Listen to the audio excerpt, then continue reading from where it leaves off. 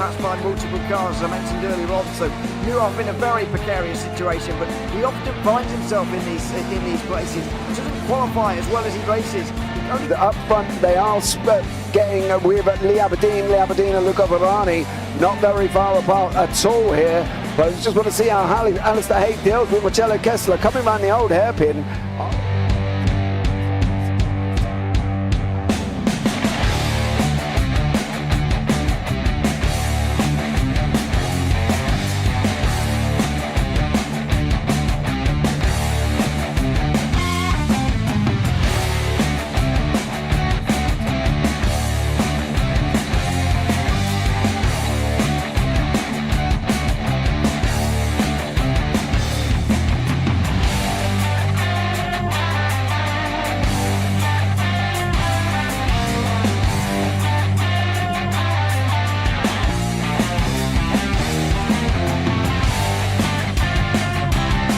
I would say it's not the best decision they've ever made, just not having done that under the safety car, really. Yeah, they're taking their pit stop strategies from Ferrari lately or something. What's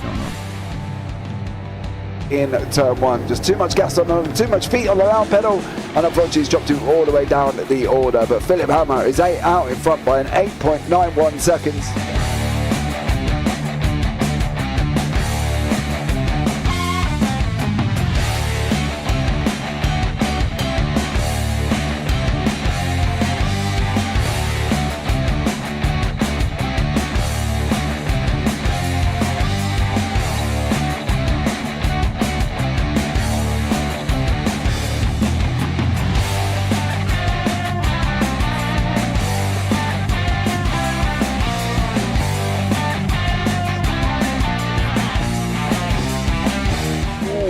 Dan Michael is a wall there, sir.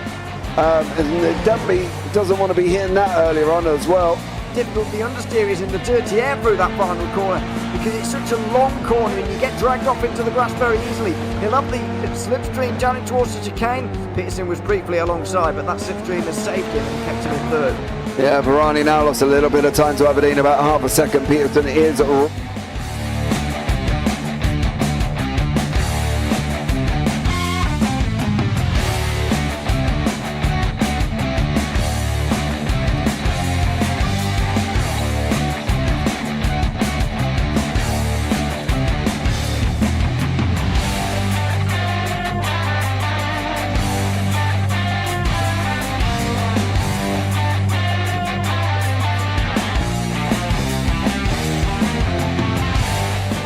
Pike's pushed Morton forward up ahead. He's got out of line. It's now Pike going to have a go at Werrell. Don't push him off. He's in the championship fight. Jack Werrell chasing down Carl Jacklin. Further down, Rob Williams and Chris Barnes. Sensational run outside line now though for the heavy braking zone. Around the outside goes the Audi R8. Look how much Miller's caught back into play. Exactly. Miller's still such trouble. He's left on second and change. All of a sudden, Miller's back in play.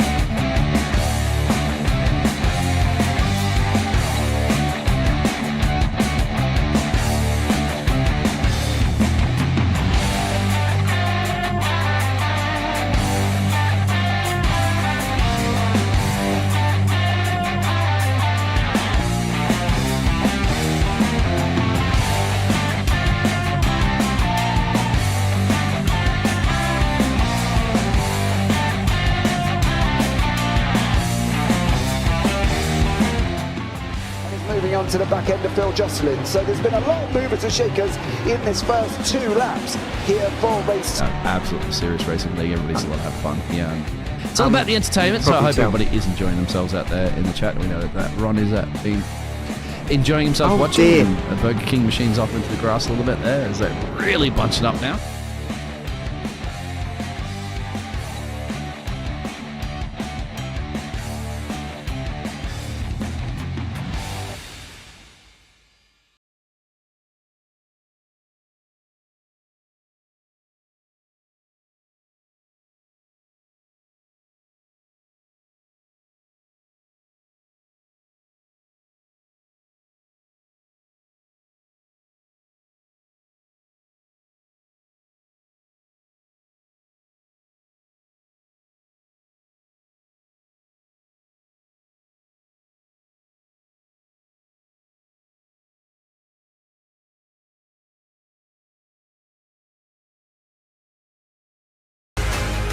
going down. Does he have it? Medeiros is going to get it.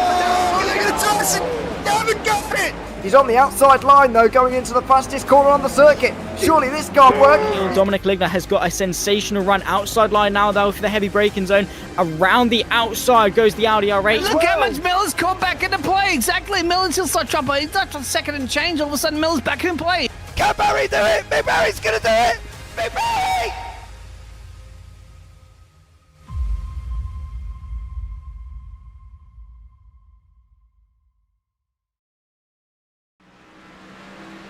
Good evening, ladies and gentlemen, and welcome to the NicholsOilPros.com series for the Airline Workers Appreciation 125, sponsored by Will Jester. On comms, we're with myself, James Parfitt, alongside Tom Cairnes this evening, and we are at Darlington Raceway. This is a very interesting circuit and one I hope you will all love and enjoy. It's got the Craftsman, the Xfinity and the Cup Series here this weekend. You can go and check it out if you head over to darlingtonraceway.com. The surface of the track itself is asphalt. It's 1.366 miles, 4 turns. Turns 1 and 2 are 25 degrees, turn 3 and 4 are 23 degrees. Front stretch is only 3, back stretch is only 2, and Denny Hamlin in his Camry in the 2018 NASCAR Cup Series holds the record on a 28.332. Let's bring you up the current scores on the doors. It is Tyler Merritt out in front on 66 with Jeff Slaughter on 63. Al Corey in second on 62 with Jonathan Wiley in fourth on 59. Then you got Cameron Kane, John Crutchley, Keith Hanlon, Matthew Harmon, Mike Nichols and Ward Fisher. Don't forget, guys, if you want to get yourselves involved, 5 nights of racing here on the Triple Bypass Racing. Just head over to triplebypassracing.com. Sundays Gem 4, Tuesdays is a new SRX, Wednesdays Road Racing, Thursdays Xfinity, and Fridays is the GT3 series, so go and check it out. 14 race season as well, and you got session opening times guaranteed. Heartbreaking racing, well, I'm sure we will see that here today. Big shout out to our sponsor this evening, Mr. Will Jester, in that number 74 machine, so we will try and catch up and have a chat with Will on the first caution. We're at 10 over or under yellows. I'm saying 56. Oh no, you mean 6. I'm going to say 3. Word. Let's see what Tom thinks when he comes into the booth now. Tom, welcome in, dear sir. How are you? Not too bad, thank you, James. And something different for me to be talking about of this Darlington Raceway circuit, home to a lot of NASCAR events, as it has been doing so since 1950 when this circuit first opened. We've just had practice. The drivers are about to begin their qualifying session to determine the grid for today's race. I've just seen a few times going on the board. I'm sure those lap times will improve in due course. But yes, I'm ready to go for this one, and it should be quite an entertaining event, it has to be said. Of course, it may feel like unsociable hours for us in the UK broadcasting this. At the time of recording, it is 2 a.m, but I'm sure for those over in the States, it will feel very normal to them in terms of the timings of when they go racing. But I'm sure they'll get used to it, and we'll get used to perhaps doing it at this time of the night, won't we, James? Yeah, we definitely will. It's 2 a.m. Welcome in, Slicks. Get your popcorn, buddy. You know it. Sit back with your popcorn and enjoy this one as well.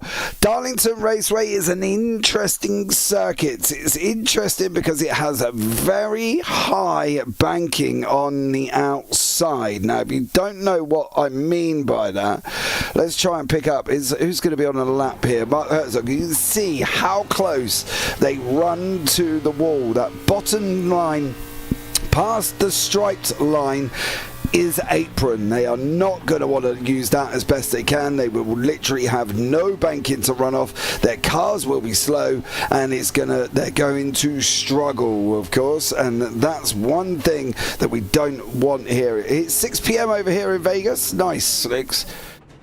Thanks, mate. Yeah, I mean, for that one, it's 2 a.m. for me and Tom in the UK.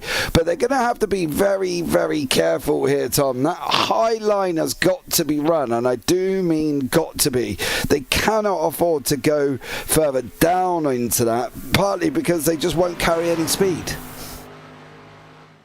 Well, you want to be getting as good of exit as possible, and being on the outside, up close to the wall, that's always going to be the best line to take. If you want to either get a good lap or be able to get a better exit than your rival on the exit of the corners. I mean, there's 4 turns in total, which may feel like 2 to some drivers. But yeah, qualifying won't mean too much because the lap times are going to be very close anyway. And as we were discussing off air, anyone can win. Even if you are starting from the back, anyone can win. So a lot of people, it may feel like qualifying is not really that relevant. But we'll have to wait and see. But I think it'll give us a good idea as to who is going to be quick in tonight's showing and who perhaps isn't as such. Yeah, see the times on the left-hand side, that is their best times. The track itself, it has 2 nicknames here. It's called the Lady in Black and the track Too Tough to Tame. Now, why is it called the Lady in Black? Well, there's 2 reasons that I learned off Kenton the other day on Tuesday, and I can only remember one of them, and that was the track crew come out at night and lay a line of asphalt around the racing line. That, of course, over the night matures, and then it goes black for the morning. That makes it very challenging for the drivers as well, and that's where the Lady in Black came from. There is a cooler reason why that's called the Lady in Black, but I will have to Google it because I cannot remember what the purpose of it is.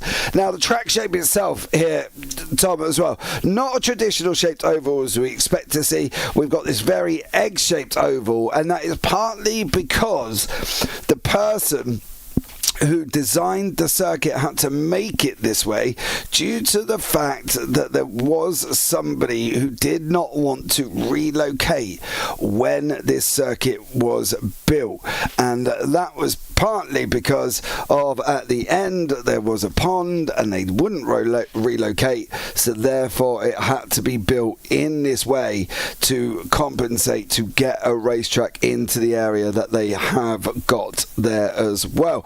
Now, for the grid itself, Ben Harcombe is on pole with Tyler Merritt, Brad Cress in 3rd, John Crutchley in 4th, Mark Herzog 5th, Al Corey in 6th, John Campbell 7th, Matt Harmon, Alex Goff, Sawyer Mullins, Jason Benson and Cameron Kane down in 12th place.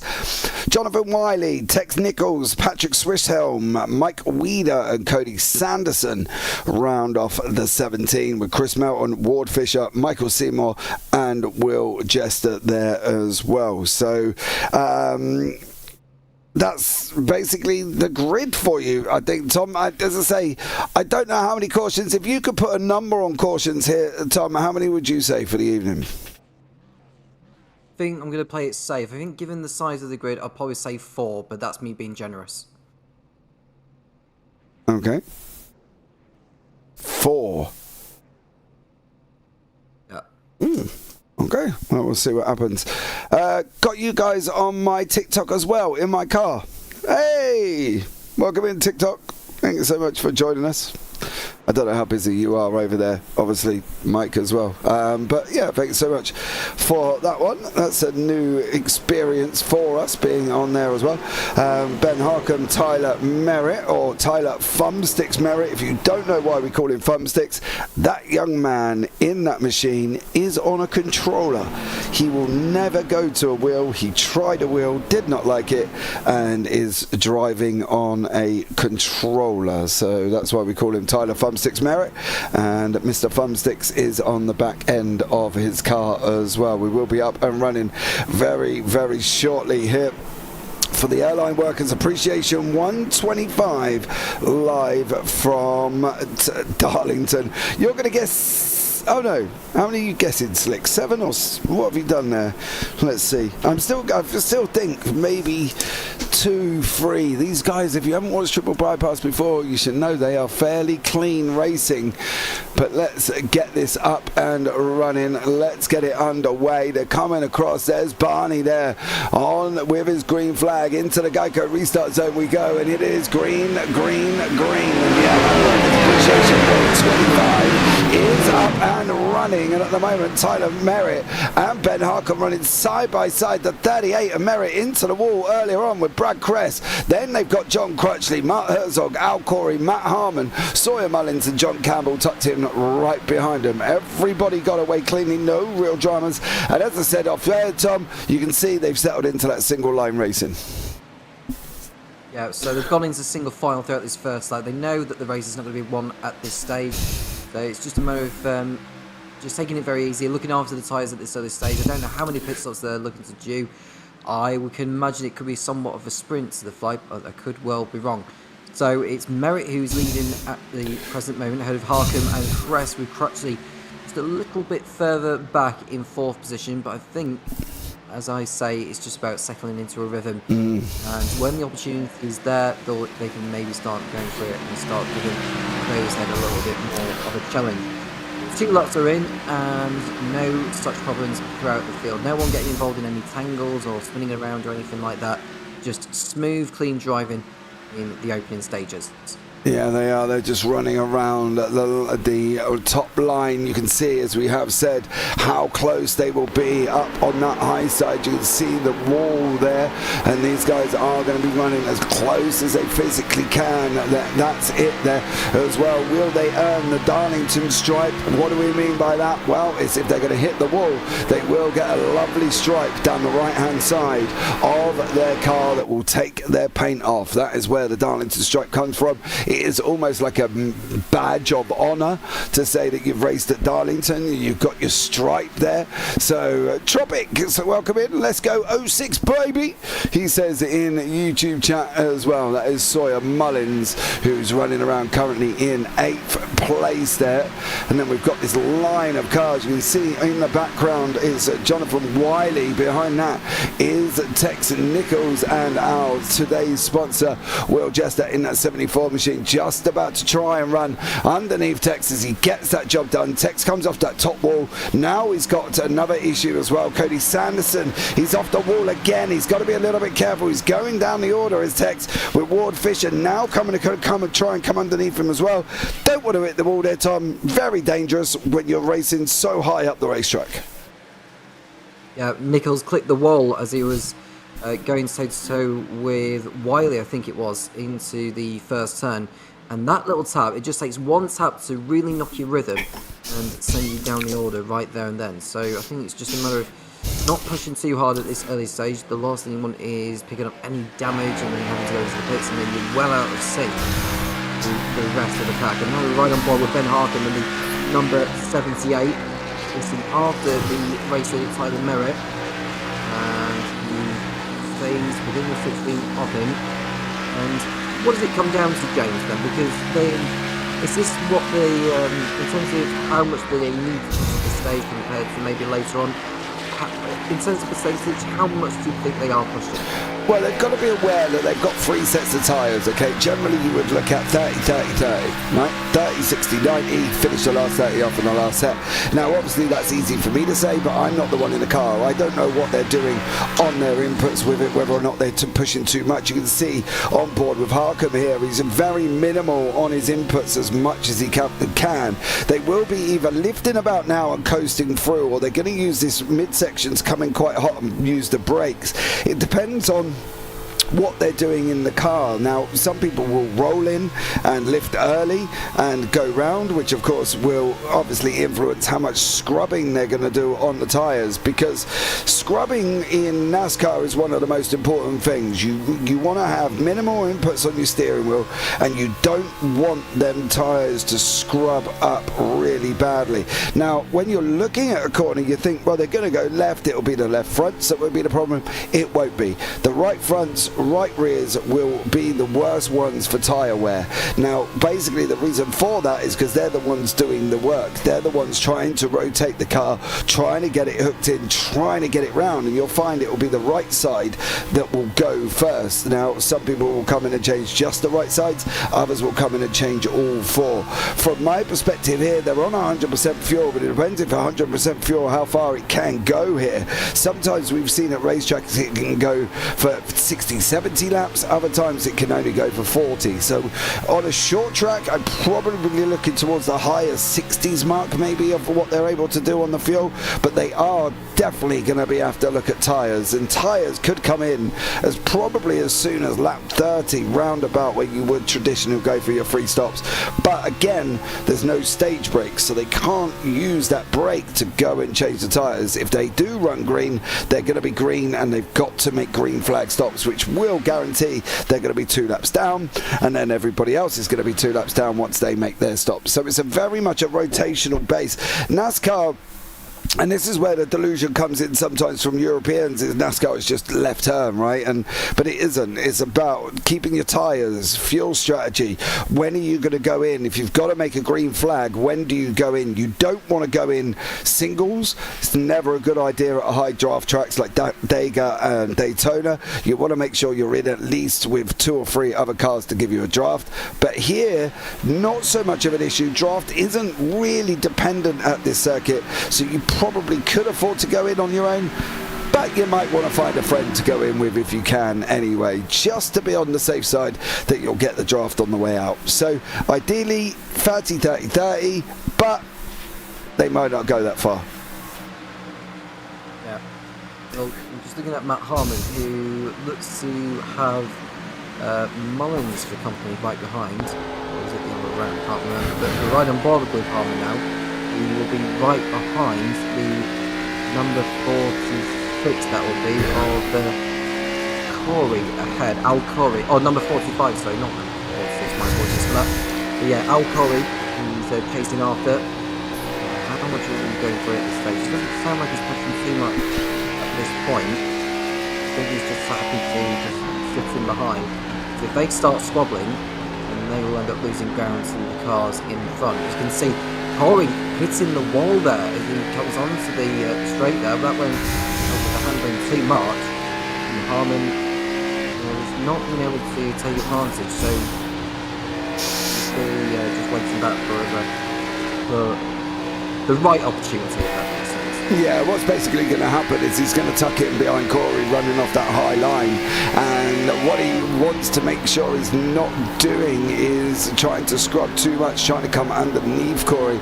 You can see he's looking and looking, and he's been quicker coming out of turn 3, going through the rotation of 1 and 2, so he needs to be aware that obviously without Corey at the moment, Corey might be starting to get tired there, he might be starting to suffer, he's going to run that high line, and he might end up in the wall. So it is all about what they're going to be able to do. The thing is as well, you see it up front, Ben Harcombe is currently running behind Mr. Thumbsticks himself in that Ford, of course, and then we've got the Toyota behind, and Chevy behind that of John Crutchley. It looks like at the moment Harcombe is a lot quicker. The hometown Windsor man there battling away with Thumbsticks. He's got the run now as well. Is Harcombe going to get it?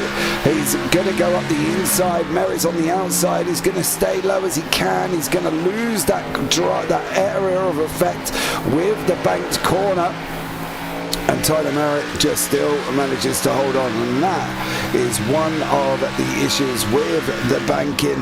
If you go off the banking or you can't use the banking, then that is going to be the result. Sawyer Mullins, he has gone into the pits and left the pits. I'm not entirely sure what's happened to him, but I can tell you now he's being chased down by Ben Harcombe and Tyler Merritt. It's going to be very interesting with back markers how this one's going to work here, whether or not they're not going to be able to go 3 wide. So for Harcombe's opportunity, he's got to be looking at blocking him in using that back marker. So let's see what happens here as well at Darlington. Hope you are all well. Don't forget, like, subscribe, turn on the bells, and do all that other fancy jazz. Both men into the wall. Thumbsticks hit it first, Harcombe hit it after, and now they've got to be a little bit careful. It's all about how they're going to manage this traffic as well here, Tom.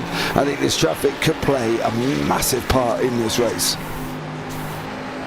Yeah, absolutely. So we've yet to have a caution so far, hence why the leaders have been able to back up to the back markers. Harcombe behind Merritt in the battle for the race lead. They are going to be to these back markers. And you look at Cress, he's just right on the tail of these two in the number 9 on the right hand side of your screen. And how is he going to play this one? You can see one of the Back markers remain out of the way. I think that was Mullins who just got out of the way there. And we've cut away to look at Michael Seymour playing off a move on who's that? Ward Fisher. Is that? Ward Fisher. Ward Fisher in the 84 red machine Chevrolet is there. He's just lost that place to Seymour. He did get past him first. They've swapped places no fewer than about 3 or 4 times over the last half lap, and it is Ward Fisher out in front in that battle. As I say, he's got Cody Sanderson right behind him. We can see the 56, Jonathan Wiley, has just come off the wall as well. Chris Melton's now going to try and make the outside. Wiley's gone to the inside. He needs to come up behind him. Melton has gone through. Job done. And today's sponsor, Will Jester, as we cut to him, goes and thumps the wall as well. So they've got to be careful of the way they're going to be hitting that wall here as well, especially with the damage model that iRacing has got. And we've got these 3. They are rapidly now closing on Patrick Swisselm, who is going to be under the cosh very, very shortly. We would expect the back marker, depending on where he's going to get caught, to probably drop low. I don't think he's going to run high up, but he will be looking, he should be looking to keep low, especially if they catch him on a straight here, Tom, which if they are on a straight, they've got a long straightaway to do it down, a long wide straightaway as well.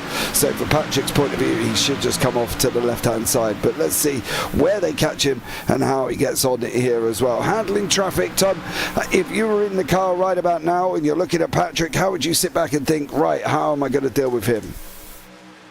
Right, so he won't want to do it through the corner, so he needs to try and, if they're right up on his tail, that's when he needs to move out of the way, because you don't want to be losing too much time there. That's not a good place to really hold them up there. That really could have knocked them off kilter, but he's out of the way now.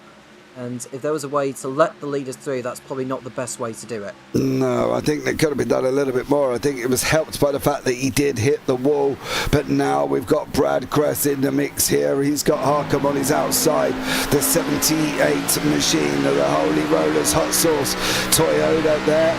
And no way through for Brad Kress. He tried to capitalise on a little bit of carnage or calamity that went on with that back marker of Patrick Swisselm, but he could not make it. He's now got to come off the banking, and he's got to look for the run. With 25 laps in at the moment, if you've got 6 cautions or 6 for slicks, 6 for wearage, you're hoping that we start getting them, boys, because otherwise we're going to have green flag pit stops here as we've got this run here as well.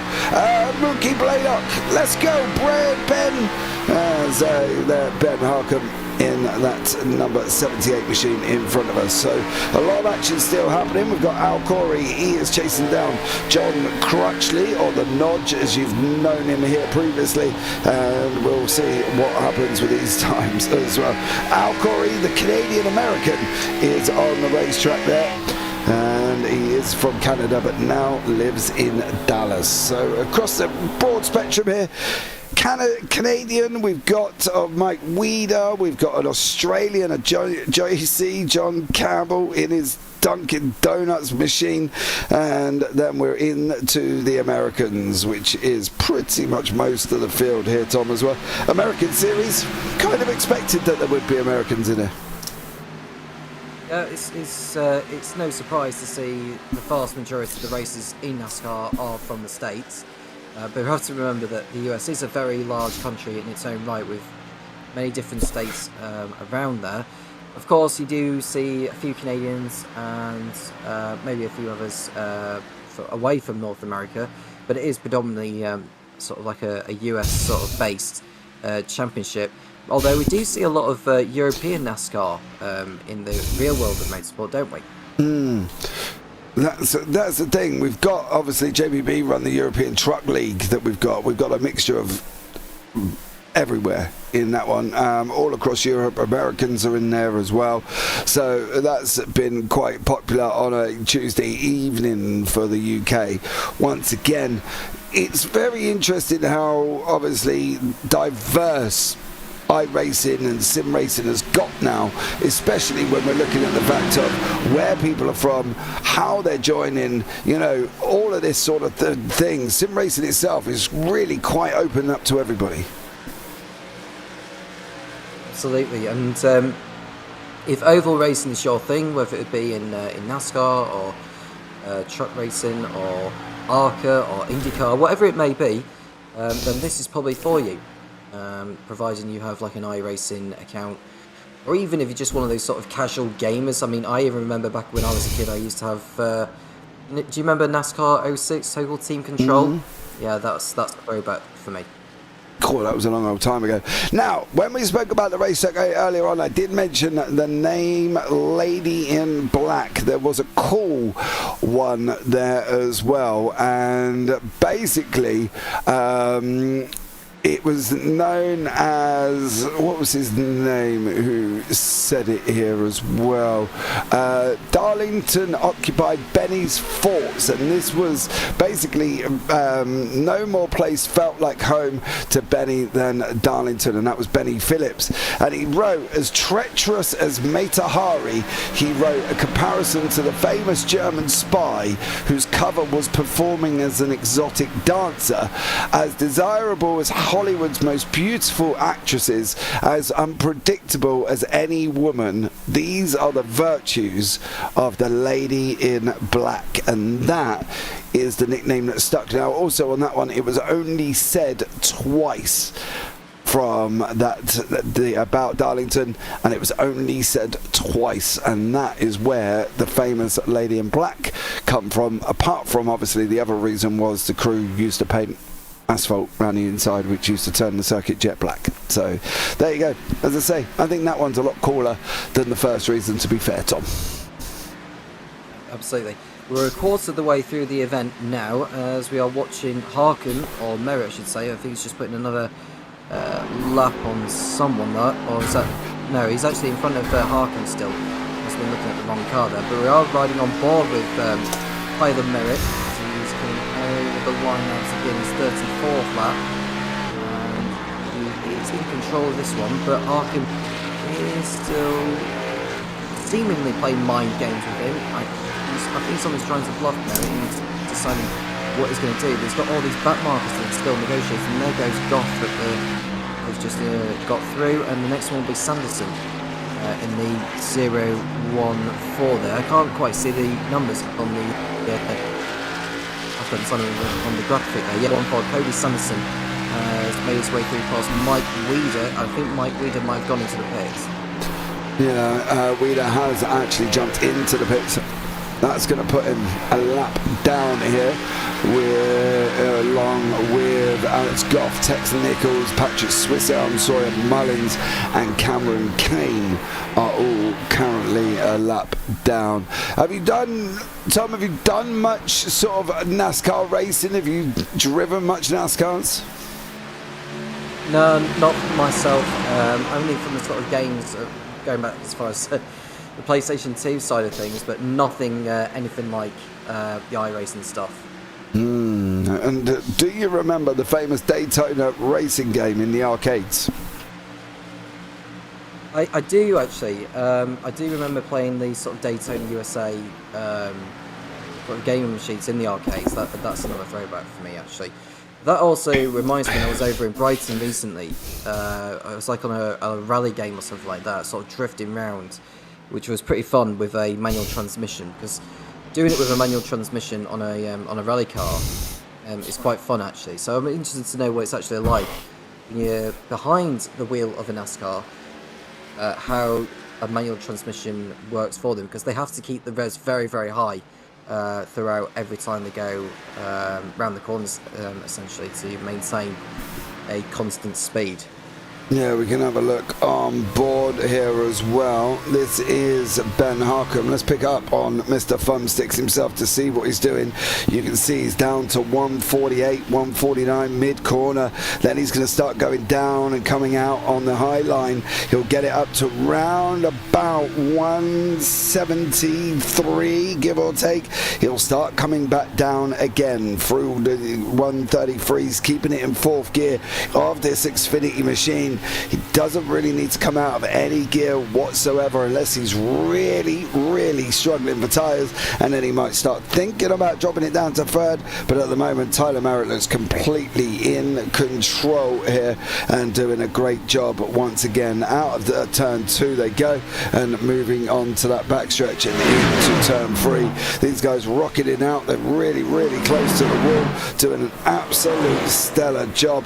Would you be driving around here, Tom? Because, you know, you can get to drive a NASCAR in real life, which I find completely exciting. It's something that's on my bucket list of, you know, you can do it for about $3,000 at Dega. I think you can do it at Martinsville. I think it's also at Charlotte and Indy, the NASCAR experience. You do get to drive an Xfinity, Tom.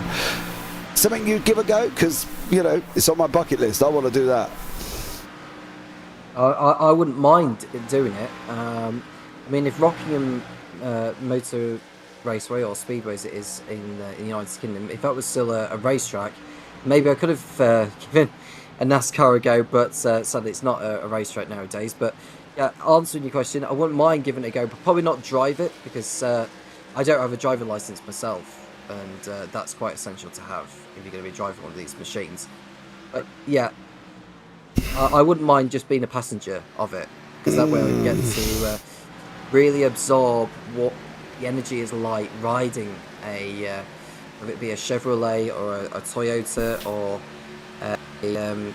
one of the other manufacturers of a NASCAR. Ford, that is. Ford is another manufacturer which some of the drivers in this race are competing in, including Tyler Merritt. Yeah, I'm the complete opposite. I am, you know, full-on adrenaline junkie, right? Give me the car, give me the steering wheel. Here's my $3,000. I'm off. You know what I mean? Give me Dega at full speed. Let me know in YouTube chat if you'd want to go and drive a NASCAR around any of the circuits that I've mentioned. You can see they're just putting a lap now on Jonathan Wiley as he is running on that inside. We are going to start. We've got to start seeing green flag stop soon. Merritt's running the wall. That's going to be a problem if Harkham can get up the inside. He can't at the moment. There was wall taps there from Tyler Merritt out into the wall. He would have earned his Darlington stripe that time around, because he has run all the way down the wall on the right hand side, or the left hand side as you're looking at the card now. Next up on the list is Ward Fisher. He's going to move over as well. They've still got the 037 of Cameron Kane, who was hooked up onto the back of these four. Ward Fisher comes up on him there. He's got to be a little bit careful. However, that is Cameron Kane laps down at the moment. He's 2 laps down, I believe, on the leader. He has got that Croc, it looks like a Croc liveried machine as well, which looks absolutely incredible. And if you do like Crocs like me, I am a big fan of Crocs, right? And I know it's, you know, Crocs and that. You can get NASCAR Crocs which actually have the rear wing attached to the back strap of the Crocs. For me, that's a no-brainer. I don't know, Tom, do you wear Crocs? I don't wear Crocs myself, nor do I own any Crocs. Oh, mate. I can understand why some people, I mean, I don't know how often you use or wear Crocs. Every day. Dude, they are literally my slippers around my house until I go out on the street. And even then, to be fair, I've been seen in Morrison's wearing them as well. They're just too comfortable. That's quite surprising, actually, because I don't know how. I can't imagine them being that comfortable unless I'm thinking of a different particular material where those who work sort of within the dentist or the hospital, because they also wear Crocs for hygiene. Yeah, mine is just purely fashion. I was in Primark, which, if you don't know, is a supermarket over here in the UK. Not a supermarket, a massive clothes home shop. I walked in there and there was some Greg's Crocs. Now, if you've never heard of Greg's, Google it, because it's a baker's and they do sausage rolls and pasties and pies and donuts and all this other sort of stuff. And they've got fur lining. Oh, man, they are the most comfiest shoes I ever own here, I've got to be honest, are my fur-lined Greg Crocs, fresh from the shelves of Primark. And I wear them all the time. Tom, you're missing out. You need to get yourself a pair of Crocs. Well, I may put it on my birthday or Christmas list to see if I can really get the most comfortable Crocs out there. I'll bear that in mind for future reference. When's your birthday? 3rd of December. Oh, blimey, a long way away. Well, message me closer to your birthday with your address and I'll send you a pair of Crocs. You'll be all right. Yeah. Okay then. Well, I'll keep that in mind for later in the year. Hey, you can't do any more than that, YouTube, can we? We're going to offer somebody a birthday present of a nice, comfy pair of Crocs as well. Let me know if you wear Crocs in YouTube chat. I just say I live in mine. Literally live in mine. Ben Harkham, Tyler Merritt still battling away. They're almost 50 laps in. The only pit stops, the first person in the pit stop cycle is down with Cameron Cairnes. He is the first person to stop currently, so on the racetrack at the moment. And then we've got Tex Nichols, Sawyer Mullins, Mike Wheeler, Patrick Swissow and Alex Goff behind that. It does, however, look like Goff might be out here, and he is out, unfortunately, for Alex Goff. No real reason at all. There's not been any form of incidents or accidents by what I can see involving Goff. Maybe he just hit the wall too many times, but they have got a fast repair that they can use, and let's see how they get on that one. Don't forget, as they've been racing this season, this is round 3. We've had rounds 1 and 2, and well, by what I've seen of the recap videos that you can look at over at Triple Bypass Racing, they have been absolutely amazing races. They've been to Dega, they've been to Bristol, and 2 epic racetracks that I absolutely adore. You can go and check them out over at if you YouTube Triple Bypass Racing, you will go and find the recaps for Daytona and for Dega and Bristol if you so wish. Tyler Merritt doing a great job out front at the moment. These 3 very much keeping each other honest. There's a back marker in the mix as well. Now, rules of NASCAR, back markers don't really have to get out of the way. They can stay in the wheel tracks of the leaders as long as they don't cause any major problems. This is due to what they call the lucky dog rule, which basically, if a yellow does come out, the first person, generally a lap down, will go round the field and get their lap back, and then it will go to the next one, and next one, and next one, all the way down. So that's why they race up front to keep ahead, and that's why we've got the number 6 machine, I believe it is, which is Mike Wheeler, currently mixing it up with the leaders. So there you go, as we're halfway through, near enough, on lap 52. No pit stops from the first 14 on the racetrack. It's got to be coming soon, though, Tom, wouldn't you think, being out on lap 53? Yeah, well, you've mentioned they've got 3 sets of tyres, actually, so the fact that the leaders have managed to stay out there on their single set so far could pay dividends later, but I'd be interested to know how quickly those who have pitted are doing. Surely they can't be too far away, maybe completing an undercut to go into a race leading position, perhaps. Well, the thing is, I think that varies at the moment, because Cameron Cairnes is the first man here in that 37. He's on a 32.6 last time out.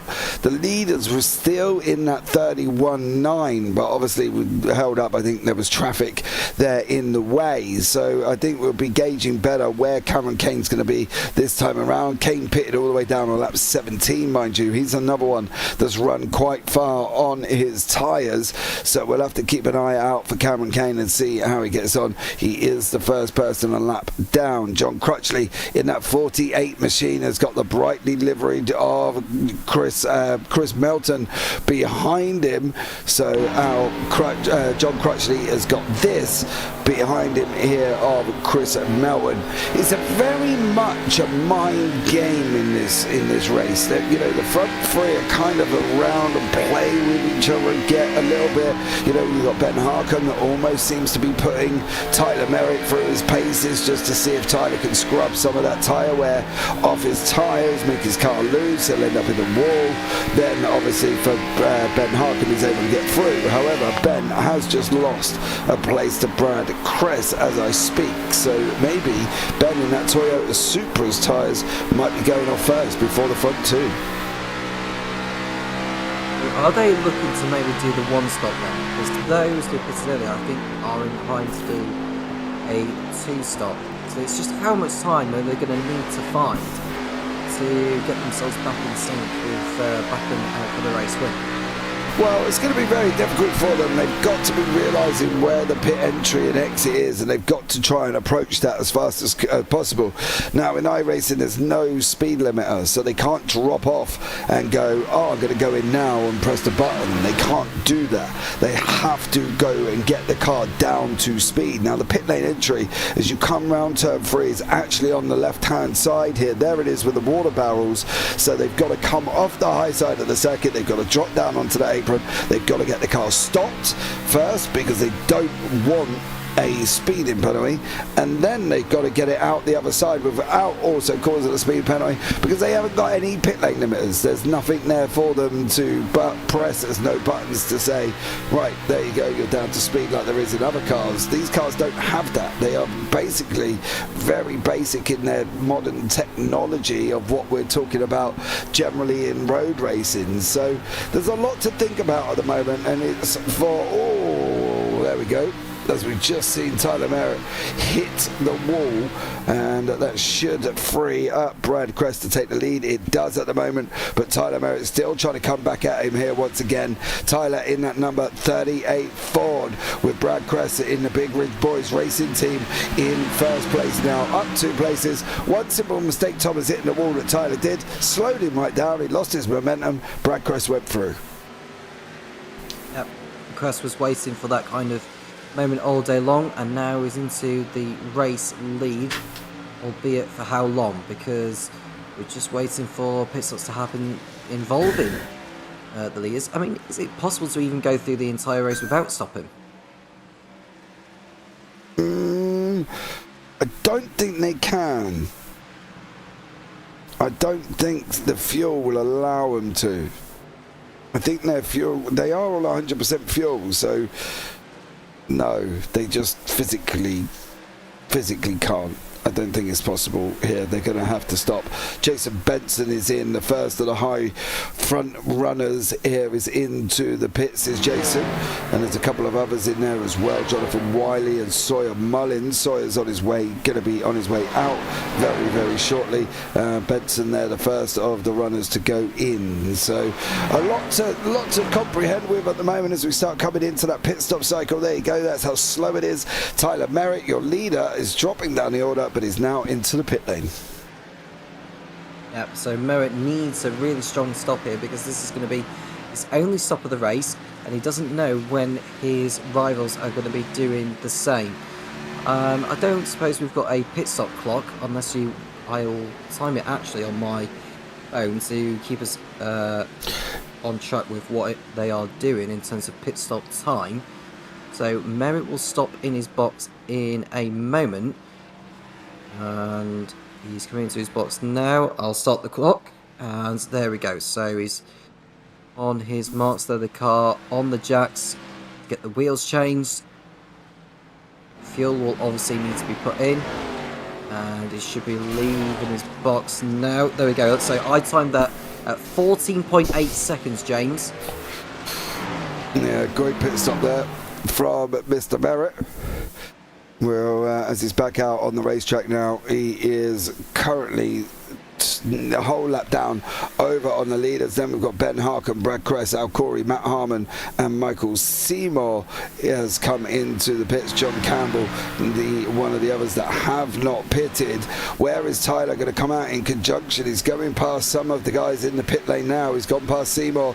Has he gone past Harmon? He has. Where is Ben Harkin though? That's going to be the question. Can Ben and Brad get up to speed quick enough? There goes Tyler Merritt. It's a race off pit lane. Merritt has got the jump, he's got the lead, going to have the effective lead back of the racetrack on the racetrack itself there. Great move from Tyler Merritt. He went in early, got the pit stop done, and has managed to come out in front of Brad Cress and Ben Harkham. Yeah, that was coming all along, and I think that's the power of having the undercut with the fresher tyres, and he's actually got a bigger lead than what he had before the pit stops had begun between the leaders. So Merritt into the lead on Merritt, and he should be able to pull away from those behind like the likes of Cress, Harkin and Herzog. And yeah, now if you are someone that's going to be fighting for the win, is it worth trying something different, or is it just a matter of just stay in touch with the leaders ahead and see what happens? Stay in touch. You don't want to do anything over the next 30, 40 laps, to be honest. Everything generally will happen in the last 10 laps. That's where we're looking at what the action pact will be, and that will purely be because people will start moving their cars into position. They'll start wiggling to get to the front or trying to catch up to the guys in front. So we'll have to see how it goes through. John Campbell going into the pits. He's just gone overtaken by Cress and also Ben Harkham. Herzog, I'm sure, will probably look at doing the same over JC. JC's on his markers, but I've got a funny feeling Herzog and possibly Benson and maybe even Harmon will make it past here as well. It's a long pit lane. I think that's the thing with this racetrack. It's a long pit lane. They've got to get it down to speed manually as well, and not always easy, the most easiest thing to do. No, it's not, and you lose a lot of time having to adhere to the pit lane speed limit and the timing of getting the stop done. So there's a lot that you have to get right, and if you are battling for the race lead, you have to do it as quick as possible. It's no good just being safe by not going over the pit lane speed limit. You've got to be pretty much on target without going over the limit. Yeah, absolutely. That's the thing, and you don't want to be missing your pit box or ended up having to reverse into the pits as Harkham and Crest still continue their fight. Then we've got JC, John Campbell, he's just heading out to the pits. He goes past the cones there as well on the right hand side. You did see the blue line and the blue cone. They've got to cross between the two to get back out onto the racetrack safely. Al Corey is another one.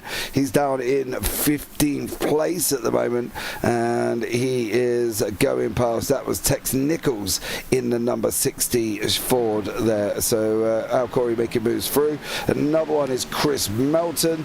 He's got Michael Seymour currently behind him here. So these guys having a tremendous battle out on the racetrack, and this will carry on probably for the next 30 laps before anyone really starts making moves to go forward. Well, those who had pitted earlier, I would imagine they're going to be in the pits again before this race is over, but they're already so far behind the leaders anyway. So yeah, I think it's safe to say it's a 3-horse race for the race win between Tyler Merritt, Ben Harkin and Brad Crest. As they make their way through, and it looks like just under what's the gap now as we speak. So it's less than 3 seconds between the top three. Herzog is too far back in 4th place. He's going to have to hope for misfortunes of those ahead if he's got any chance of coming away with the race win. Got just over 55 laps to go, or about 55 laps remaining in this race. Merritt is the one in control ahead of Harkin and Crest. Yeah, he is. Mr. Thumbsticks himself. They've got basically laps over pretty much most of the field. Matt Harmon will be the next one they're going to come up to the back of, I believe, here. So Matt's got to be a little bit careful because he has got the leaders starting to bear down on them, and that is in the shape of Mr. Tyler Merritt. So we'll keep an eye on that and see how these guys get on as well. It's going to be very, very interesting, at least for the next 28 laps before we get to that 100 mark, and probably once we get past that 100 mark we'll start really seeing the shape of the field itself here and how they get on as well. Tom, if I gave you one racetrack and an unlimited amount of money, which racetrack would you go to? Depends on the budget that gets given to me. It's an unlimited amount. Sorry, say again. Unlimited amount of money. Which racetrack would you go to? Okay. In terms of racetrack, it's a very, very tough one to answer. I'd absolutely love to go to Le Mans.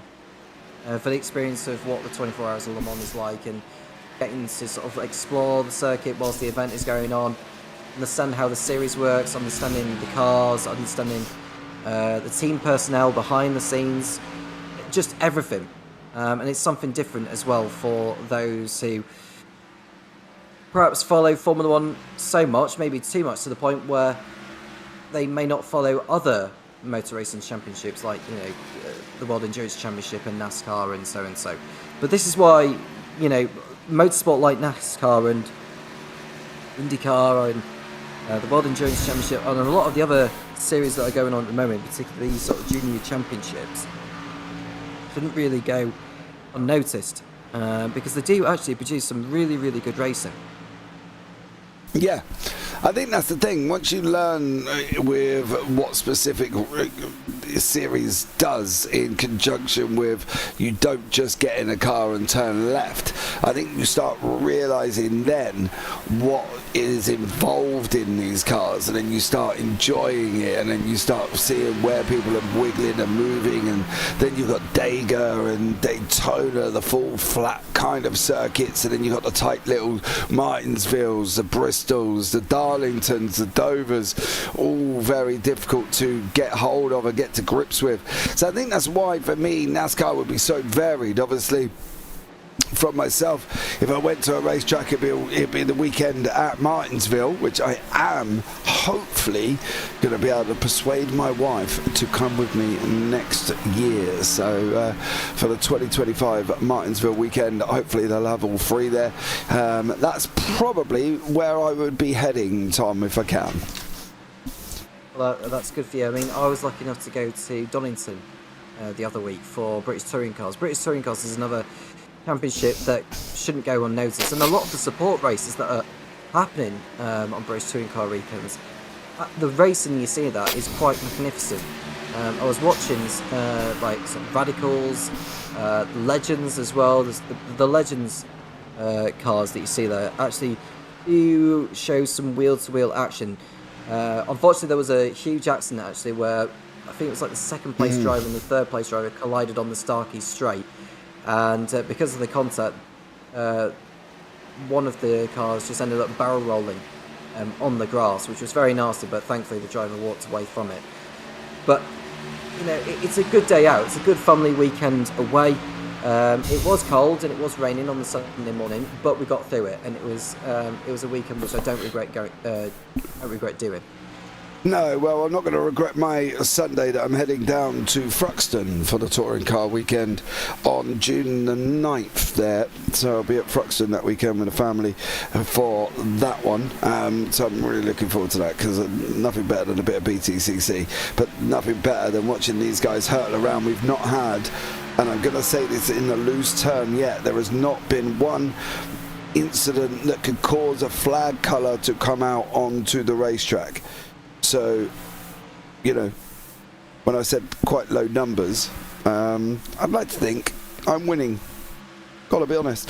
But there we go. We'll have to keep an eye and see what goes on here, and whether or not these guys are going to have this moment, or any moment that's going to come along here. Ben Harcum is trying to chase down Mr. Merritt, who's in front. There is Tyler there on the outside. That is a back marker in front of these guys as well, and that is Mr. Melton. Chris Melton has just gone a lap down over the leader. Chris sitting in 7th at the moment, so Chris just gone down a lap there, trying to come back through though. You know, fair play to him as long as he doesn't take out the leader. Yeah, the last thing he wants to be doing is in a tangle with race leader Tyler Merritt as they go through turn number 1. Swiss Elm has just rejoined the race straight, albeit 8 laps behind. Nichols, Wiley and Sanderson have been in the pits for a while as well, so I can imagine the races are more or less finished. Yeah, I would have thought so. But yeah, you've not got the caution count at the moment to basically justifiably say to them, right, you're going to be able to get back on the lead lap because you're a long way back. But Ward Fisher has just had Al Corey go hurtling past him in that 45 machine Chevy there in his famous Canadian Tire liveried machine. The man from Canada who now resides in Dallas. So fair play to Al Corey. Great job from him. Ben Harcum still catching up to the back of Tyler Merritt. He's using the draft of Chris Melton to give him a hand here as well, Tom. Going into now, we've got 41 laps remaining. Do you think in general, seeing that some of the guys have taken this car to lap 61, we could see another pit stop? Or do you think overall they could run straight to the end? I think of the mind games are going to continue. We'll have to wait and see what they decide to do, because the thing is, if they are sat behind a driver and the slipstream is carrying them forward, they're not using up as much fuel as the driver who's at the head of the queue. So it's just a matter of whether you want to be the leader right now or not. It's like in a Formula E race, where if you are sat in the tow or in the slipstream of the car ahead, you are not using as much battery power or energy as the car who's at the head of the queue.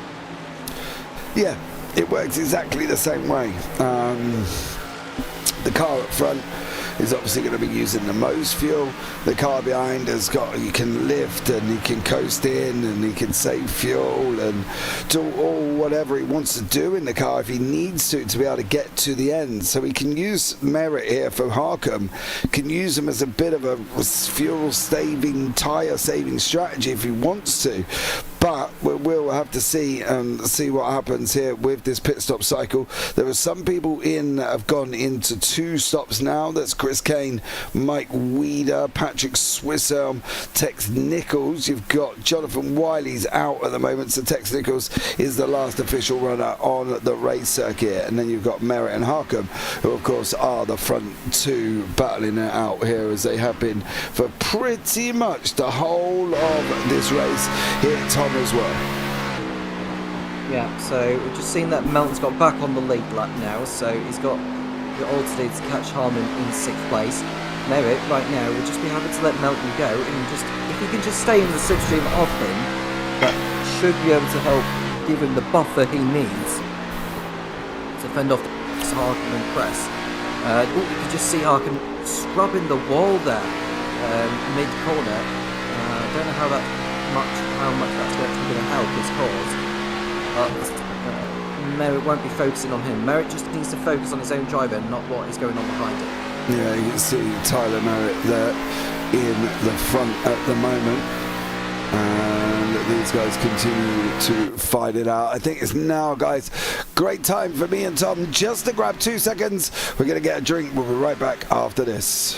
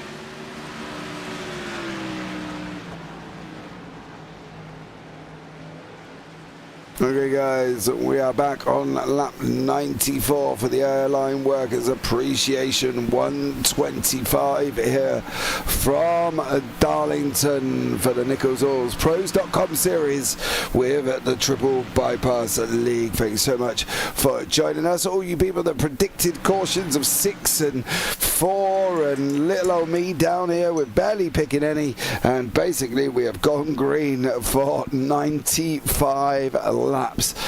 Not often you see that, Tom, in a NASCAR series. No, definitely not. And I think the fact that we've had the size of the field for tonight, we had 21 starters for this one, so that probably had a role to play. But more importantly, the drivers have behaved very, very well from start to finish. And hopefully it remains that way to the end, which would be a very unusual scenario to have no cautions whatsoever, just sort of straight lights to flag victory. Yeah, and at the moment, Mr. Merritt has still got that victory in his sight. John Campbell down here, he is trying to chase down today's sponsor, the man himself as well. Big shout out to Will Jester for sponsoring today's race in that number 74 Chevy there. Was asked to bring him in and have a chat with him, but we've not got a caution to be able to do that, so I don't want to bring him in mid-race. I'll probably scare the living hell out of him if I started talking in his ear. Don't forget, guys, as well, 5 nights of racing: Sundays Gem 4s, for Tuesdays SRX, Wednesdays road racing, Thursdays Xfinity, and Friday is the GTP GT3 series. Head to triplebypassracing.com and you can find all the information there you need, including a Discord invite if you so want to. But another big shout out to Will Jester, today's sponsor, who is currently in 10th place and 1 lap down at the moment. But JC trying to keep him honest here as well. JC John Campbell, the only Australian in the field, doing a great job at the moment, chasing down Will Jester, sitting at 11th, Tom. Yeah, so there's a nice battle going on between these two for a top 10 placing. And Campbell just waiting back a little bit. Is he going to try and get into the slipstream, maybe get alongside? Not quite so yet. They will need to be wary of the leaders coming round. I don't know where they are on circuit in comparison to these two. We are looking on the track map. Right behind them. The dots, obviously, right behind them. Yeah, so they'll need to be wary that the leaders are going to be coming around to light them again. So they've got a bit of a number of car lengths between Campbell and Merritt. We're looking at. Oh, has he clipped the wall? I think he's clipped the wall as Campbell. So he needs to be very careful. He doesn't get in the way of the leaders if he's going to be this slow. Yeah, I think they're going to get caught very, very soon. We're going into the last 25 laps now. Lap 100 has passed. Merritt in this 38 Ford is out in front at the moment, doing an absolute stellar job. He has been nothing but secure in that car, and he's done an incredible job here. And it's great moves from him. This is the high line they're running. You can see how close they are to the wall of Darlington. As he comes out of free, he's got to keep off that wall. Past Barney, the flag bearer on the right hand side. It just gives you a sensation of how close these guys are running to this wall. That's what we mean about the right front. You can see it rotating there as well. Every time he turns right, left, it's just scrubbing the car, scrubbing that tyre, and that's why the right side gets lower than the left side does, because it's just trying to turn the car that, it's not easy to turn when it's running at speeds that it is running at. So Merritt is just making his way through the back markers more. Harkham's still under a second behind. I think Cress has pulled out that battle now, it feels like. So have we come down to a 2-horse race from here to the checkered flag? Well, I would still say it's a little bit early to say, but if Tyler carries on and he gets into the final 15 and he's still got this amount of lead, I'd probably say it's down to a 1-horse race and whether or not Tyler can keep it on the racetrack. He's got some back markers he needs to negotiate. There's Will Jester that he is about to put a lap on for the second time. Jester doesn't get in the way. which it's good of him to just remain out of it. That's the best way to allow the leaders to go through. You have to obviously lift off the power before you get to a corner, because when you get into the corner, you're pretty much on the apex to where the leader is going to be filing through. So that's why you need to be off the racing line on the straight to let the leaders go through before they get to the banking. Yeah, I think he's really wants to try here for Ben Harkham. He's got to try and clear these guys as quickly as possible to keep in with any form of contact of Tyler Merritt. You see Ward Fisher climbing all over the back of Ben Harkham at the moment, and Ward Fisher pitted on lap 87, so he's on definitely fresher tyres than Ben Harkham, who pitted back down on lap 62, about 25 laps in conjunction. Harkham's struggling there. He's just put that car up into the wall. He's just ran that wall side. JC and Will are now back together. Now the leaders have gone through, and you can currently see at the moment Tyler Merritt here, Tom, has just got to keep it on the racetrack, keep it going, avoid the traffic as best he can, and he's wrapped up this win, surely. Yeah, it felt to me like Jester didn't make it as easy for Harkham to get by as he did with Merritt. That has given Merritt the buffer he needs now, I'd have thought. And like you say, he just needs to make no more mistakes from here on in, and victory will be his, which I believe will put him into the lead of the championship standings. Well, he'll remain in the lead in the championship standings because he came into this 3 points clear of Jeff Slaughter and Al Corey. Where is Al Corey in relation to everything? He is in P12, so he's going to fall quite a bit back from Merritt by the end of tonight's results. Yeah, he will. Oh, that was a clip. That was the clip from Merritt. Merritt clipped the barrier there, and he nearly carried the 84 with him. And that is going to give Harkham a little bit more encouragement. Yeah, it will. Ben Harkham still 1.3 back, but Merritt did clip the wall and have slight little bit of contact with Ward Fisher as he's coming out of turn 2. They run up into the wall. He goes 19 to go. If he does that again, I can tell you one thing, Harkham's going to be over him like it flies around a honeypot on that one, and it will continue here for Ben Harkham as he can now see Tyler Merritt and see the mistake he's made. John Campbell has got Al Corey, who's got Will Jester in front as well. That is third place man Brad Cress. He's trying to come through the traffic at the same time. Great mixture of the guys up front trying to come through and the guys that are pitted after them trying to re-overtake them again. So it's a very different ball game of racing we've got going on at the moment. Yeah, Melton's come into the pits. He was in P7 before he went into pit road, and that's put him out of contention, I would have thought, to be in the top 10. And yeah, but things are starting to really hot up in the closing stages. We've got 17 laps to go, and we're looking at the number 9 of Brad Crest, who's trying to make his way through the traffic still. He's still got a few seconds to make up on Ben Harkham ahead. Has he got enough time to get a move on? I mean, he's got to start pushing because we haven't got long left. Yeah, 16 laps here on the clock. Let's see what goes on once more with these guys. I don't think, to be honest, I think if you put any more than 0 cautions, that's possibly what you're looking at getting at the moment, because currently there has not been one, and I am not expecting any. There's Al Corey goes and sends it up the inside of Will Jester, and Will comes off the wall at him as well, then goes back and hits the wall again. Al Corey's now trying to get that run on the inside. We've got Brad Cress in third place here, probably really wishing that these guys would not fight and allow him to go through, but they're battling for position on the racetrack. Cress has got to make his way cleanly through. The question is here, Tom, where does he make it cleanly? Well, is up the inside is the number, I'm trying to get the number there, if he's number 45 coming through. So that is him through on Chester at the end there is Corey. He's got the third placeman Brad Crest trying to make his way through. He's losing time by simply being stuck behind them. Yep. Corey has cleared Jester. Now Cress has got past Jester as well. Crutchley has got Seymour in front of him. Crutchley's going to go underneath him. Seymour's just gone and hit the wall.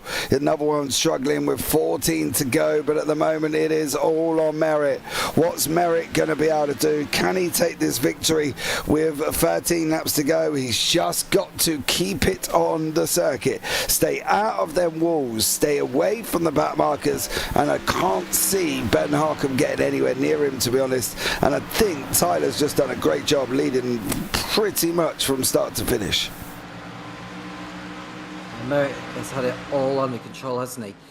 And Harkham is over a couple of seconds back. I don't know whether he's just backed out of the challenge, but Merritt is on his way to victory and extend his lead at the top of the championship. He'll have a new challenger in the fight for the title. I mean, it's still early days in the championship. This is only race 3 of their campaign, with a lot more races to come. It definitely is, and I think overall it's going to be a very interesting season in these Xfinity cars here and how these guys are going to get on. We have got Atlanta Motor Speedway, Sonoma Raceway, that's a road circuit, Iowa Speedway, Rockingham Speedway, Auto Club Speedway, National Fairgrounds Speedway, Indianapolis Motor Speedway road course, though not the oval, which I'm quite surprised about. I thought they might have gone to the oval, but they're not. They're going to the road course. And then of course on from that you got Richmond, Indianapolis again, this time going to the oval with Charlotte, and finishing off the last race of the season on August 16th or August 15th it will be for these guys. We're heading to Michigan International Speedway. That alone is a very mouth-watering calendar there, Tom, and I think these guys have got so much to look forward to in this season. It's going to be such an awesome season. A lot of brilliant racetracks, I'm sure. The Americans, as well as the Canadian of Mike Weeder and the Australian John Campbell, we'll be looking forward to in the near future.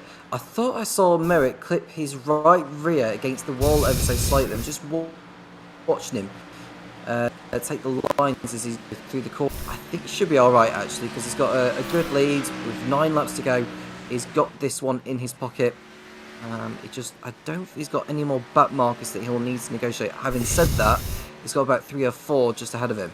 Yeah, he has, and starting off with the 14th place man of Ward Fisher, and then you've got the number 6 of Matt Harmon, the number 5 of Benson in there as well, and Michael Seymour, Al Corey are still continuing to fight it out. JC there as well with Will Jester in front of him, 8 to go currently. And at the moment, it is all about Tyler Merritt, 2.4 seconds ahead of Ben Harkham. John Campbell gets all a little bit loose there. Will Jester does manage to hold on to that position. JC loses some space, and into the mix as well is Mike Weeder, the Canadian there, in that Valvoline Ford. Goes through over currently Will Jester, and who's done a stellar job here as well. Don't forget as well, big shout out to Will, the sponsor of today's race, and he is in that number 74 Toyota there as well, so in a Chevrolet, sorry. So Will Jester, thank you so much for sponsoring today's race. 7 to go now. Who's going to manage to take this one? Well, I can tell you one thing, JC's closing back up on Will. If Will's not careful here, he's going to have a problem. 6 to go, and so far so you've got to think it really, as racing goes, they've gone around the racetrack and they've knocked off the laps, and it's been quite anticlimactic, hasn't it? Because we picked up Darlington as what could be a little bit of a yellow flag situation, and we haven't had any. No, and it's great to see that the drivers have kept their noses clean all the way through. We have seen some drivers pull out. I mean, Wiley Sanderson, Mullen and Brock not finishing this one. Swiss Tom is the last of those still running in 17th place, albeit 12 laps off the race leader. 4 to go very, very shortly. And and he's going to be coming now into the number 13 machine of Chris Melton. Chris, there will be probably the last car really that Tyler will get the opportunity to overtake. Ben Harcum's about 3 seconds out on him as well. And I think as driving goes, as you're driving a NASCAR and you're driving an oval, Tom, this is about as perfect as you want it. Yeah, it's been a brilliant race from Merritt. Battling it out with Harcum and Chris in the opening stages. And I think obviously what's helped it is the fact there's not been any cautions. Otherwise he'd have had more of a fight on his hands. And he's only got about 4 miles to get through now. And the victory will be his. Yeah, and it will be a big shout out to that number 38 machine of Tyler Merritt, who's done a great job. He has literally led from pretty much lap 1 right the way through. Now we're going into 2 more to go. We'll keep an eye on that one. We will see a white flag pop up. JC still trying to close down on Will Jester, trying his absolute hardest is JC, but he's just not being able to get there and hasn't been able to get there for quite a few laps. So JC's going to have to sit and wait a little bit more if he can get hold of him again coming out of turn 2. You see Will's just gone and hit the wall. And we will be on the white flag lap this time around. Tyler Merritt will take the white flag if he doesn't do that, which he did do. And now we are on our way round the final lap. The next 29 seconds are going to be the longest 29 seconds of Merritt's life here, as he knows he's got the victory. He knows he's got it over Harcum. He's driven an absolute stellar race once more. Round turn 4 for the final time. It's going to be Tyler Merritt is going to win the Airline Workers Appreciation 125, and he's going to do it in style, taking it by 3.25 seconds. Ben Harcum comes over the line in second place. Brad Kress in third there, and then all the other, Mark Herzog, Jason Benson and Matt Harmon come over the line. That was JC's finish. Will Jester's finished. Absolutely stellar racing, and about for Tyler Merritt, about as perfect as it could be. Tom, he was on literally almost like a Sunday drive with his grandma. Yeah, well, that was like the drive through his favourite car parking area near his local supermarket. But he'll take this one. Absolutely remarkable performance, very, very clean all the way through, and we've not had a single caution. I think that race was done in just over an hour. So it's fantastic to see that the race has been done in a timely manner, and it's time to run down on the race result. Yeah, Tyler Merritt is your winner with Ben Harcum in second, Brad Kress in third. Then you've got Mark Herzog in fourth, Jason Benson in fifth, Matt Harmon in sixth, John Crutchley in seventh, Michael Seymour eighth. Then you've got Al Corey in ninth, Will Jester in 10th, John Campbell, Cameron Kane, Chris Melton, Ward Fisher, Mike Weeder, Tex Nichols there, Tex 10 laps down.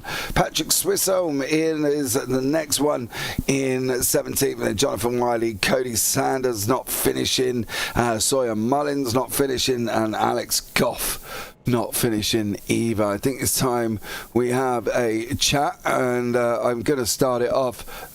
Oh, hold on, as I went to move somebody there as well. We are going to have a chat with today's sponsor, Mr. Will Jester. Will, welcome in, buddy. How are you?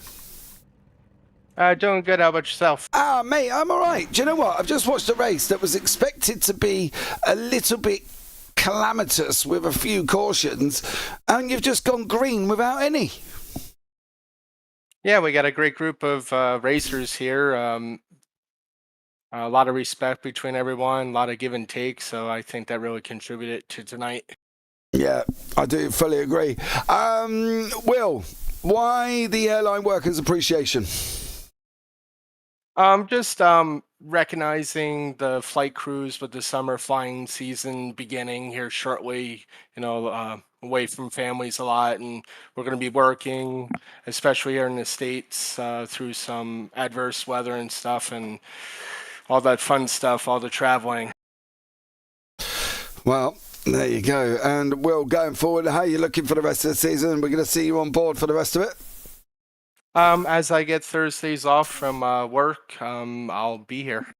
Awesome stuff. Well, Will, thanks so much for joining us as well, and much appreciated for sponsoring today's race. Anyone you want to give a shout out to before we let you go?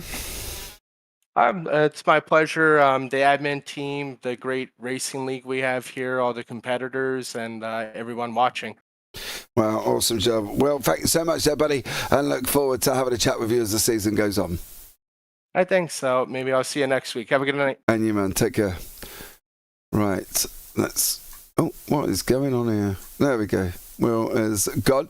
Right, next up we will pull Mr. Tyler Thumbsticks Merritt up into the booth as well. Tyler, welcome in. He's gone on a drive around Darlington with his favourite grandma strapped to the passenger seat as he led from pretty much lap 1 all the way through the whole race to the very end. Tyler, welcome in, buddy. Great driving. Thanks, man. This was definitely a interesting and chaotic race.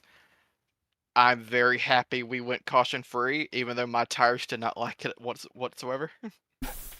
Yeah, you said chaotic. Now, for us, there wasn't any. We've literally just got that done in literally just over an hour. Where was the chaos apart from the odd slide up into the wall? I didn't really see a lot else, to be honest. I didn't see back markers causing you a major drama, and you know full well that I'll be the first ones to call it out if it happens. But yeah, it just seems to be a nice little poodle around Darlington for you. Oh, it was not it was more chaotic just trying to anticipate where cars on the wall are going to go, or if I think it was 2-3 times I got on the wall and my car almost snapped left, and I had to pretty much try my hardest to keep it in the wall so it would snap left and spin. I suck here, and this is my first podium at this track ever in a league or a rigged race, so I'm also happy to get my first dub here as well. Well, that ain't bad, is it? Your first podium becomes your first win at a racetrack that you say you're awful at.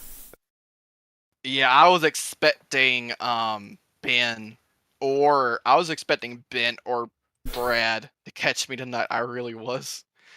Especially Brad with how much he caught up to me and Ben at the end of the first run. Yeah, well, I think the backmarkers had a little bit of a play in that. You got through, Ben took a little bit longer to get through, and Brad couldn't really make his way through. So, yeah, a bit of a struggle. But well done, dear sir. Thank you so much for joining me. Anyone you want to shout out before we let you go? I want to thank Jeff McConaughey as always, my team's Full Send Racing, and my esports org, Wanted Goons. And I want to thank you two guys for the amazing broadcast as usual, and Tex for sponsoring the series, and all the league admins for creating fun, well, I'd say fun racing that's always equal. There's no favorites, for admin decisions or anything. These guys have created the one league I think that has never had any favoritism. I think so anyway. I agree. So shout to them. Awesome stuff. Yep, and amazing broadcast as always, guys. Thank you very much there, young sir. We aim to deliver every single time, Tyler, but great win from you, buddy. Look forward to seeing you as the season goes on. All right, you too. I'm hoping to finally win a championship. I'm gonna run the full season, even if I hate some of the tracks. Ooh, Tyler, look at you getting all feisty in the interview. Go on, son. Put the marker down now and let's see how you get on. But good luck, buddy. I'll be interested to see now. All right. Take care. Thanks, guys. I hope to see you all tomorrow. See ya. Right, then we'll have a quick chat with Mr. Ben Harkham, who forever saw himself in second place here. He didn't quite get to the front, but did back markers play a key? Well, let's find out here as well. Ben, welcome in, buddy. How are you? Ben? Ben? I'm guessing Ben is not there.